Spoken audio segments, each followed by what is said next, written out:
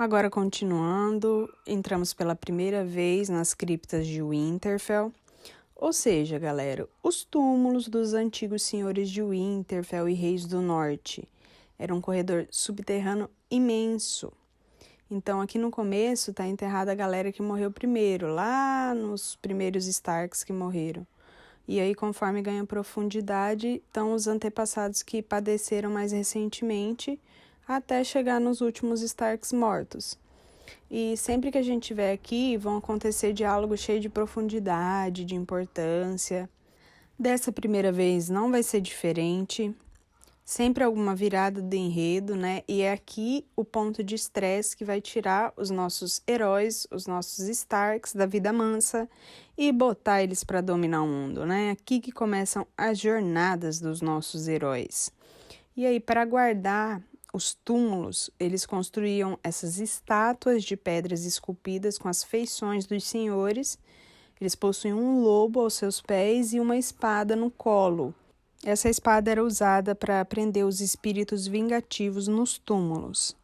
Bom, enquanto eles se dirigem às criptas, a gente tem noção de como é grande o norte, né? Porque o rei diz, abre aspas, um homem se esquece de que a sua parte é tão grande quanto as outras 6 juntas, fecha aspas. E que a muralha protege o reino há 8.000 anos. Aí o rei mostra pra gente o quanto é insuportável, esse homem só sabe reclamar. Ele reclama da viagem, da estrada, reclama do povo do norte ser esquisito, reclama do clima, tá zoando porque tá nevando em Winterfell no verão. Nossa, que cara insuportável. Aí o Ned entra na brincadeira, né? Vai fazer o quê?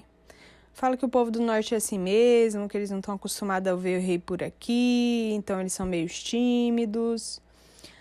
Fala que realmente os invernos são duros, mas que os Starks sempre suportaram o inverno, então tá tudo certo. Aí o rei diz que o Ned tem que ir com a família pro sul, aproveitar o verão, enquanto não acaba o verão. Ele cita Jardim de Cima, fala como os campos são férteis e a comida é abundante. Cita Ponta Tempestade também, que é o castelo que o irmão dele tá governando, o irmão dele, Renly. Fala de lá também como terras férteis, comida em abundância. Fala que toda a gente lá é gorda, bêbada e rica. Ele começa a falar das mulheres de um jeito porco.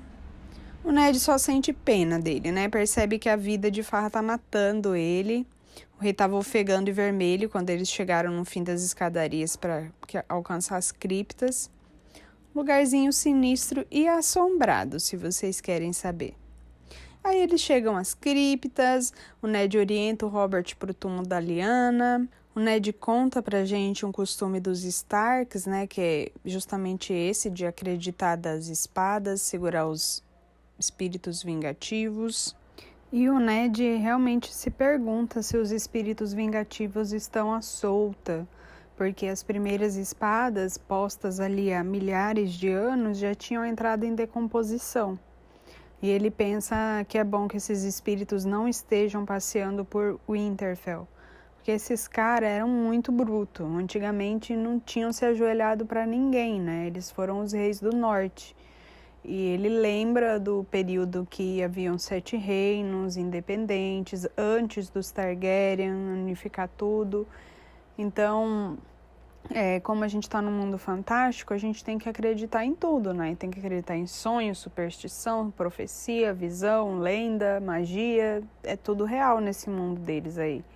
Então a gente vai acreditar que é tudo real, que existe e que os espíritos vingativos estão à solta aí, oxe. Eles chegam ao fundo das criptas, onde estavam os corpos dos últimos Starks mortos. E o Ned não gostava muito da sensação de ficar olhando aqueles buracos ali, que eram os próximos túmulos, né, onde ele e os filhos iam descansar. Quebrando a tradição, os irmãos do Ned, apesar de não terem sido senhores de Winterfell, também estão enterrados aqui junto do pai. Aqui nesse ponto, eu acho que a gente já tem que falar, né, sobre o período em que o Robert e o Ned tomaram o trono dos Targaryen. É um período da história, né, que ficou conhecido como a Rebelião do Robert. O rolo todo aconteceu porque a irmã do Ned, a Lyanna Stark, fugiu, sumiu com o príncipe Rhaegar Targaryen, mesmo sendo prometida do Robert. E ele ficou muito possesso com isso. Os Stark também ficaram putos, todo mundo falando que o Rhaegar tinha sequestrado a Lyanna. Aí o Brandon, o irmão mais velho do Ned, foi até Porto Real desafiar o príncipe. O rei Aerys estava meio traumatizado de um sequestro que ele tinha sofrido e estava cometendo altas loucuras lá. Ele prendeu o Brandon e convocou o pai dele para vir à corte responder pelo crime do filho. E como era de seu direito, o pai do Ned, o Lord Rickard Stark, exigiu um julgamento por combate e o rei escolheu como seu campeão o fogo vivo e queimou o Rickard vestido na armadura. O Brandon estava assistindo o pai morrer com a corda no pescoço, tinha uma espada fora do alcance e ao tentar alcançar a espada para salvar o pai, o Brandon acabou se enforcando e assim morreram os 2 senhores do norte. Esse foi o estopim da guerra, da rebelião do Robert. Com o pai e o irmão mais velhos mortos, o Ned assumiu o papel de senhor de Winterfell, de senhor do norte, e casou com a Catelyn também. Então aqui a gente encontra o túmulo do pai do Ned, o Lord Rickard Stark, e ao lado dele os irmãos do Ned, o Brandon e a Lyanna. A Lyanna morta com apenas 16 anos. E o Robert foi lá, matou o príncipe Rhaegar, o Jaime matou o rei Aerys e tudo bom. Essa foi a rebelião do Robert. Resumida, uma treta familiar, né? Uma vingança familiar, vamos pôr assim. E claro que não basta invadir uma cidade, um castelo e matar um rei para você se tornar rei. O Robert só se tornou rei porque ele tem linhagem Targaryen. Ele tem uma avó lá, um ancestral dele que era Targaryen. Então ele tinha direito ao trono mais que qualquer outra pessoa, porque como os Targaryen estavam todos mortos, ele era o mais próximo disso. Olha que beleza, né? Reivindicou o trono para ele. Aí o rei continua reclama que a Lyanna tá enterrada ali, o Ned dá uma cortada nele e fala, olha, eu tava com ela quando ela morreu, tá, querido? Eu sei muito bem o que ela queria, então dá licença. Ai, cara folgado, mano. Aí o Ned lembra pela primeira vez do momento da morte da Lyanna. Ele disse que o quarto cheirava sangue e rosas. Ela fez um pedido no leito de morte pro Ned. E quando ele prometeu que sim, que faria o que ela estava pedindo, né, ela sorriu e morreu. Aí o Ned entra em choque, abraçado no corpo falecido da irmã, e ele só volta a si quando o amigo dele, Howland Reed, retira a mão dela da dele, e ele não diz a causa da morte dela, só que ela tinha febre e estava acamada e tinha cheiro de sangue. Então, o Howland era um dos melhores amigos do Ned. Quando ele convocou o Norte para combater o Rei Louco, a Casa Reed respondeu e partiu para a guerra com o Ned. Ele é o senhor de Atalaia da Água Cinzenta. Ele governa os Cranogmanos.